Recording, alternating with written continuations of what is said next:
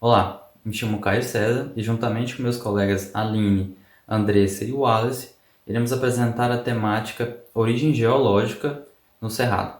E o Cerrado é conhecido como a savana brasileira. Então, os tópicos dessa apresentação são a introdução, a qual eu irei apresentar, a formação geológica do Cerrado, que será apresentada pelo Wallace, a evolução dos relevos do Cerrado, que será apresentado pela Andressa, e por fim, a Aline irá argumentar sobre a origem geológica e os aspectos de conservação. Para um melhor entendimento sobre o tema, então eu irei apresentar o que seria a geologia e as eras geológicas, ou melhor, a escala de tempo geológica do planeta Terra e, por fim, um pouco sobre o bioma cerrado. Então, os objetos de estudo da geologia são as rochas, os minerais, os fenômenos e transformações naturais que influenciam na estrutura do nosso planeta. Um exemplo disso é o intemperismo. Os efeitos da exposição ao vento, chuva, calor extremo, a outros fenômenos e condições naturais do nosso próprio clima tropical contribuíram para a formação dos relevos e solos do Cerrado e para as características próprias que eles possuem. As diversas paisagens no Cerrado são um resultado das formações geológicas que compõem uma geodiversidade formada por rochas de diversas composições e origens. Então, ao estudarmos a origem geológica do Cerrado, é importante entendermos que a escala de tempo geológica do planeta Terra é composta por éons, eras, períodos, épocas e idades. E estes seguem uma ordenação a qual eu explicarei mais adiante. Mas primeiro devemos lembrar que a idade aproximada do planeta Terra é de 4,6 bilhões de anos. E de modo geral, o planeta Terra é dividido em um núcleo, manto e crosta. Então, durante todo esse tempo, uns 4,6 bilhões de anos, a Terra passou por várias modificações significativas. Um exemplo seria um bombardeio intenso por meteoros, a divisão da crosta terrestre, que resultou na formação do supercontinente Rodinia, que posteriormente também foi fragmentado, períodos de intensa erupções vulcânicas, alguns períodos em que ganharam o nome de Terra Bola de Neve, e também o surgimento e a extinção de várias formas de vida. Então, entrando um pouco mais em detalhes, esses momentos são divididos em éons, os éons são divididos em eras, que posteriormente são divididos em períodos, esses períodos são divididos em épocas, e as épocas são divididas em idade ou andar. Existem 4 éons, que seria o Adeano, Arqueano, Proterozoico e o Fanerozoico. E aqui a gente pode observar esse gráfico, que ele é bastante complexo para visualizar. Mas aqui eu vou mostrar uma tabela um pouco mais simplificada desses momentos. Então, durante o éon Adeano, a Terra era uma massa incandescente, com rios de lava, então erupções constantes e uma enorme quantidade de enxofre. Então, no éon Arqueano, o meio físico da Terra foi marcado por uma grande atividade tectônica e um fluxo de calor 3 vezes maior que o atual. Então, durante todo esse tempo, a crosta da Terra foi se esfriando o suficiente para começarem a surgir as primeiras rochas e as placas continentais começaram a se formar. Além disso, teve o surgimento das primeiras bactérias fotossintetizantes. Então, logo após o Arqueano, a gente tem um éon proterozoico, em que a atmosfera começou a enriquecer gradualmente com o oxigênio, e esse oxigênio abriu as portas para novas formas de vida, mais complexas e de maior tamanho do que as bactérias fotossintetizantes. Também durante esse éon, os estromatólitos, que são as colônias de bactérias fotossintetizantes, alcançaram sua maior distribuição. Então formaram construções de recifes de milhares de quilômetros de extensão. Então, em 1,5 bilhões de anos atrás, a Terra estava dominada por organismos carentes de núcleo diferenciado, que seriam os procariontes. Contudo, ao final do Proterozoico, iniciaram-se a aparição em quase todo o mundo de organismos multicelulares. Agora um pouco sobre o bioma cerrado. Ele está localizado no Planalto Central do Brasil e é o segundo maior bioma em área do país, perdendo apenas para a Amazônia. Então, o Cerrado do Brasil é considerado atualmente a savana mais rica em biodiversidade do mundo, com um grande número de paisagens, sendo assim um mosaico paisagístico. Suas formações e fitofisionomias são denominadas mata ciliar, mata de galeria, Mata Seca, Cerradão, Campo Sentido Restrito, Parque de Cerrado, Palmeiral, Vereda, Campo Sujo, Campo Rupestre e Campo Limpo. Então, a geomorfologia do Cerrado apresenta também grande diversidade, como chapadas, chapadões, vales, serras, altitudes baixas, médias, elevadas, apresentando aspectos de relevo terrestre que vão desde planos levemente ondulados a ondulados. E no Cerrado há uma predominância de latossolos, que se situam em áreas sedimentares e, em sua maior parte, na estrutura geológica dita como escudo cristalino. E os escudos cristalinos são estruturas geológicas muito antigas e resistentes, que foram formadas no pré-cambriano e início da era paleozoica. Eles são ricos em ferro e geralmente constituem planaltos. Então, foram formados por materiais vulcânicos, indo desde rochas magmáticas até metamórficas. Eu vou estar falando um pouco da formação geológica do Cerrado. O Cerrado ele é um dos ambientes mais antigos do nosso planeta. Sua formação geológica ela tem início no período pré-cambriano e ela se concretiza na era Cenozoica. A vegetação do Cerrado ela é descrita como uma vegetação arcaica, segundo o autor Abd Saber, que é um sinônimo aí de uma coisa ultrapassada, né, antiga. E essa definição ela se deve à formação geológica, pedológica e fitogeográfica.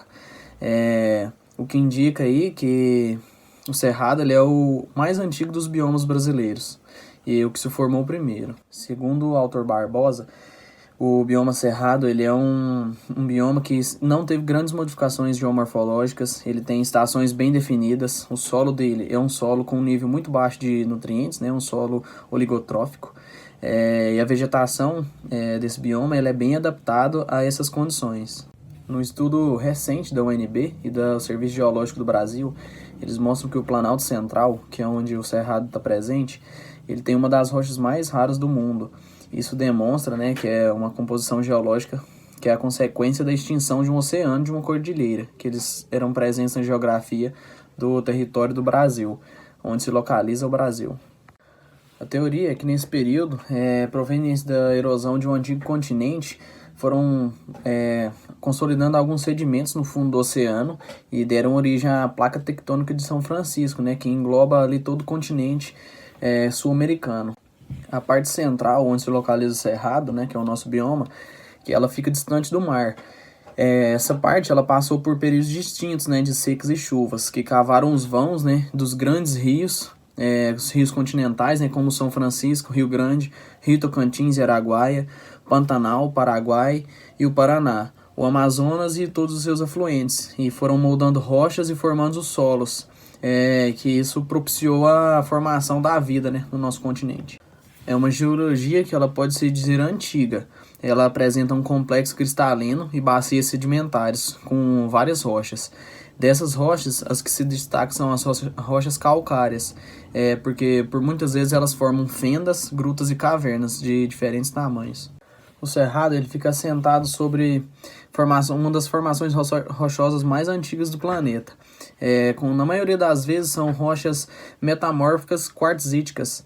Essas rochas metamórficas elas são provenientes de transformações, né, que foram sofridas por qualquer tipo de rocha que pré-existentes, né, que foram submetidos a processos termodinâmicos, que são efeitos de variação de pressão e temperatura.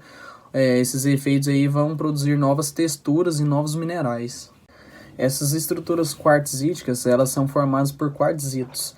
Um quartzito é uma rocha que ela tem uma textura granoblástica, que ele é constituído quase que totalmente pelo quartzo recristalizado. Ele tem uma grande dureza e ele é resultado da metamorfosização de arenitos siliciosos. Os arenitos que ocorrem nas bacias sedimentares brasileiras, formados principalmente durante o período Mesozoico, eles constituem as rochas mais importantes na formação de solos arenosos. Os quartzitos eles ocorrem nas regiões onde afloram as rochas pré-cambrianas, metasedimentares, nas áreas dominadas por planaltos e serras no centro-oeste, norte e na porção oriental do país. As areias quartzosas, ou neossolo quartzarênico, é a principal classe de solos arenosos do Brasil. Eles correspondem a cerca de 11% da área do país. Eles ocorrem na sua maior extensão no domínio do Cerrado, 15% da sua área total.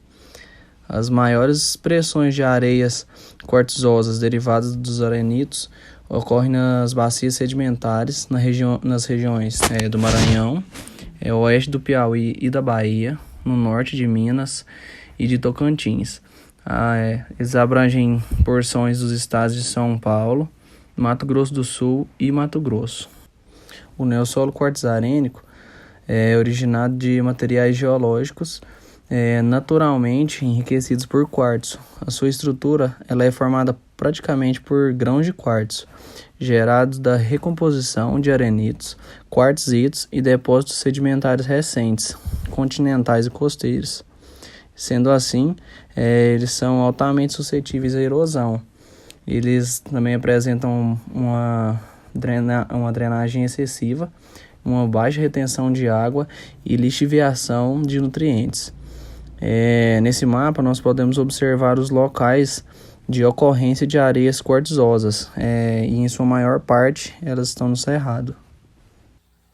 A evolução dos relevos do Cerrado. A base para o entendimento dos relevos da região do Cerrado remetem ao período Cretáceo, que se inicia o processo de separação do continente africano e sul-americano. A partir desse momento, o continente sul-americano passa por um período de calma tectônica, e assim, os processos de geração de massas continentais são pouco expressivos, predominando a desudação e formação de extensas superfícies. Com isso, o ambiente variou extremamente, passando por períodos de extrema aridez, evidenciados por materiais eólicos, e também por períodos de intensa modificação, evidenciado por depósitos fluviais e lacustres. Outro momento crítico desse período é a intensa atividade vulcânica, que atinge especialmente as bacias sedimentares através de derrames e intrusões em pontos específicos. No período terciário, amplas superfícies de aplanamento se desenvolveram por todo o território brasileiro. Vestígios dessas feições são encontradas até hoje preservadas nos topos de serras e planaltos. Outro processo muito importante para a evolução dos relevos do Brasil Central foi a orogenia andina, ou seja, o processo de contínuo responsável pela ascensão das montanhas dos Andes, que já se processava desde o Paleozoico, mas que foi acelerada no final do Mesozoico e durante todo o Cenozoico. A elevação dessa cordilheira proporcionou reflexos por toda a fachada do leste do continente sul-americano, levando à reestruturação das bacias hidrográficas. Outro fator de importância para a distribuição dos biomas é a formação da América Central no Cenozoico Superior, com consequente ligação do continente da América do Sul com o continente da América do Norte. É importante ressaltar que a América do Sul se tornou um continente isolado depois da separação com a África, ocorrida a partir do Cretáceo. Os efeitos dos diferentes eventos glaciais de dimensão planetária não foram sentidos diretamente no continente sul-americano após o período terciário. No entanto, os efeitos colaterais advindos das variações do nível do mar e seus reflexos sobre os níveis de base, regional e local interferiram na esculturação das novas superfícies de aplanamento que compõem os níveis topográficos mais baixos de cada região. Esse tipo de interferência é a que mais possui importância na estruturação das paisagens atuais. Mudanças no relevo ocorridas após o Pleistoceno possuem dimensões local e abrangência regional, interferindo nos perfis geométricos de vertentes e encostas, também no aprofundamento dos canais de drenagem e na formação de planícies e terraços fluviais. Também desempenhou um papel importante no balanço morfopedogenético, com influência no desenvolvimento dos perfis de solo, bem como na geoquímica da superfície. Em função dessas variações, o domínio do Cerrado teve sua amplitude regional variando do Pleistoceno ao Holoceno. A expansão do Cerrado variou em função da expansão de áreas atingidas anteriormente por ambientes mais secos, atingindo áreas amazônicas e também altos planaltos anteriormente ocupados por florestas. Por outro lado, no domínio do Cerrado, especialmente depressões e vales, sofreram um processo de invasão da vegetação de caatinga, que apresentam vestígios ainda hoje em ambientes de cerrado. Durante o Pleistoceno, dois conjuntos de processos diferentes intercalaram-se, operando alternadamente, submetendo a paisagem a diversas variações. Em épocas de glaciações e clima semiárido, predominavam os processos de degradação lateral, enquanto nos períodos úmidos predominavam a dessecação fluvial. A ação erosiva predominou nas fases de transição entre os dois períodos. A configuração atual do Cerrado é devida à instalação de um ambiente tropical com duas estações distintas. Os aspectos da compartimentação do relevo influenciam a distribuição em dois níveis. O primeiro nível é o nível regional, no qual a distribuição dos compartimentos do relevo formam condições geográficas favoráveis ao desenvolvimento do Cerrado. No entanto, por outro lado, a característica individual de cada compartimento do relevo, como a distribuição e o tipo de material superficial, a espessura do manto do intemperismo, densidade de drenagem, altitude e perfil geométrico das formas, acabam por interferir na tipologia da vegetação e na fitofisionomia do cerrado. Origem das formações florestais. Os fatores temporais, como o tempo geológico e ecológico, e os fatores espaciais, como variações locais, são os responsáveis pela ocorrência das formações florestais no bioma cerrado. Na escala temporal, as alterações climáticas teriam causado expansões e retrações nas florestas úmidas e secas da América do Sul, que no Brasil hoje estariam representadas pela floresta amazônica, atlântica, pelas florestas decíduas e semidecíduas da Caatinga e do Cerrado, além das florestas de araucária. No Quaternário, em particular no Pleistoceno, houve grandes pulsações climáticas, com longos intervalos de tempo com temperaturas baixas, que são as glaciações, intercalados por intervalos menores com temperaturas mais altas, que são chamadas de interglaciais. Nos períodos interglaciais, as florestas úmidas teriam se expandido, enquanto nos períodos glaciais, essas florestas teriam se retraído, apresentando indícios da retração dessas florestas, especialmente no final do Pleistoceno, entre os períodos de 12 a 18 mil anos atrás. Nesses períodos glaciais do Quaternário, tipicamente secos, sítios específicos teriam possibilitado a manutenção de alguns remanescentes de florestas úmidas retraídas nesses períodos, e também na expansão das florestas secas e formações vegetais abertas, que são os campos e as savanas, por grandes extensões do continente, atingindo áreas que hoje compreendem a outros biomas.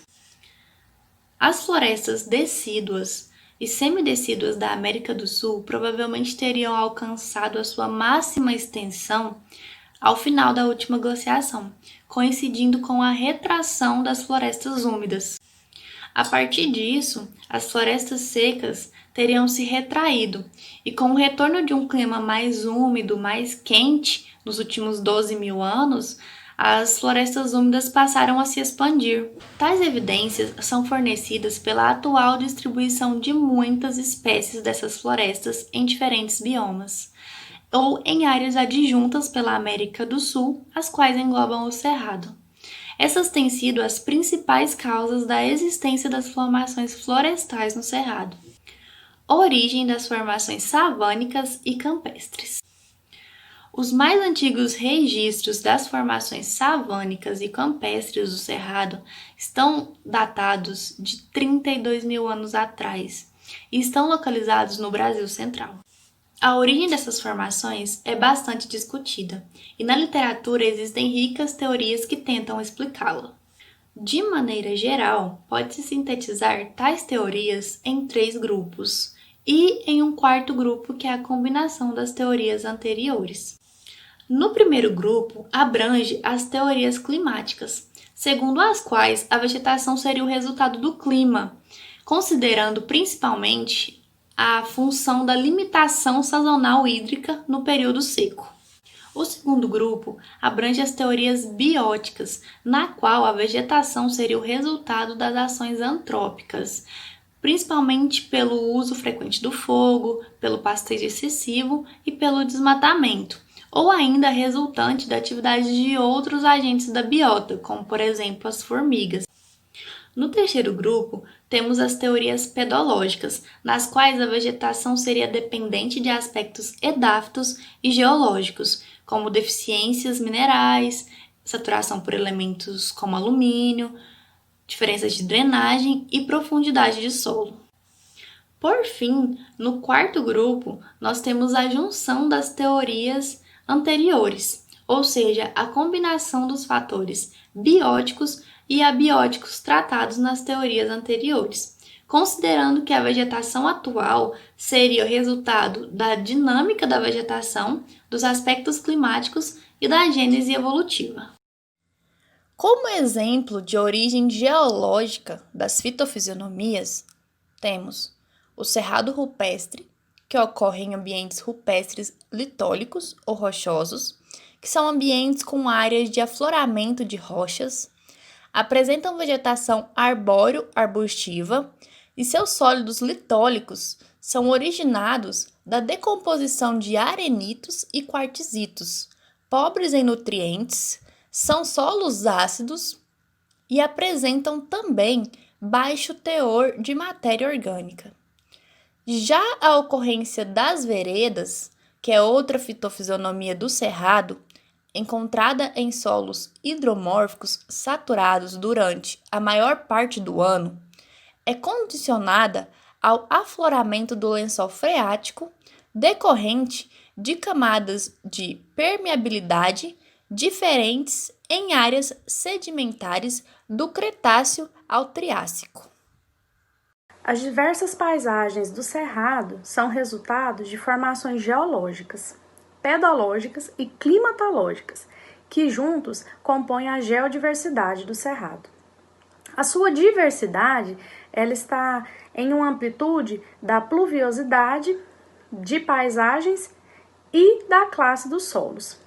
Com o passar do tempo geológico, ações como a exposição contínua às chuvas, aos ventos, ao calor extremo e a outros fenômenos e condições naturais, eles contribuíram para formações do solo do bioma e para as características que eles apresentam, até porque os solos eles são resultados da ação conjunta do clima, dos materiais de origem, que são as rochas, dos organismos, do relevo e do tempo. A fauna e a flora típica encontrada no Cerrado, elas apresentam uma diversidade de plantas e de animais. E essa diversidade em diferentes ambientes do Cerrado só é possível devido aos solos que são originados das rochas desse bioma, porque eles oferecem as condições necessárias para a sobrevivência desses seres e dessa abundância encontrada também. O Cerrado, ele já existe há em torno de 60 mil anos, né? E estudos arqueológicos apontam que foi local de morada para seres humanos primitivos, antes mesmo da vinda dos incas, dos maias e dos astecas. E o que leva a crer que esse bioma ele é de grande resistência em permanecer nas suas características originais, pois ele supera as condições climáticas ao longo de milhares de anos, né? Um estudo realizado no ano de 2018 por Souza e colaboradores aponta que em situações em qual a resiliência do cerrado, do ecossistema, é elevada, a regeneração natural é tão eficaz quanto a recuperação sobre técnicas de restauração ativa. E ainda no ano de 2018, um estudo realizado por Sampaio e colaboradores aponta que as características ecológicas, biofísicas e manejo e uso do solo influenciam sobre o potencial de regeneração ativa, E eles são diferentes para cada fitofisionomia do bioma, sendo que o estudo fala que a vegetação de campo e savanas dependem de rebrotas de estruturas subterrâneas para manter o potencial de regeneração natural. Já as fisionomias florestais remanescentes de vegetação são de grande importância como fontes de semente de espécie nativa e contribuem para o processo de recolonização e a ocorrência da regeneração natural nas áreas que devem ser restauradas. Então, mesmo com toda essa diversidade e riqueza presente no bioma, estimativas apontam que menos de 17% das áreas do Cerrado sejam não antropizadas, e isso interfere na conservação da vegetação natural. E apesar de comprovada a importância socioambiental, o Cerrado ainda se encontra pouco valorizado em termos de conservação, e sua degradação está relacionada a atividades como pastoreio, agricultura, mineração, hidrelétricas, carvoarias, dentre outras atividades econômicas. Só que a gente sabe que algumas atividades elas ocasionam impactos diretos na natureza e levam à deteriorização mais rápida do ambiente, como é o caso do garimpo e da mineração, pois eles extraem recursos que se encontram no solo e no subsolo, onde são retirados diversos tipos de minerais, como de minérios, como o ouro, a prata, o estanho, níquel, bauxita, dentre outros. O território goiano, cuja sua extensão é praticamente toda coberta pelo bioma do Cerrado, ocupa a terceira posição em termos de produção mineral do país, liderando a exploração de bens minerais como o amianto e o níquel. E outro fator que favorece a degradação do meio ambiente são grandes obras governamentais, que são destinadas à infraestrutura, para que haja desenvolvimento agropecuário, exploração de mineral, transformação industrial, além de ferrovia, rodovia, represas, usinas hidrelétricas e linhas de transmissão, que também alteram radicalmente os espaços físicos e regionais e até mesmo alteração no bioma do Cerrado. Ou seja, para que haja o aumento na conservação da biodiversidade do Cerrado, é importante pensar na origem geológica. O ambiente com características únicas, mesmo assim, sofreu poucas mudanças geológicas desde sua concretização e o uso desenfreado dos recursos naturais, como o avanço descontrolado do desmatamento, colocam em risco uma infinidade de espécies endêmicas que ocorrem no bioma e, assim, influenciam de maneira marcante a sua biodiversidade.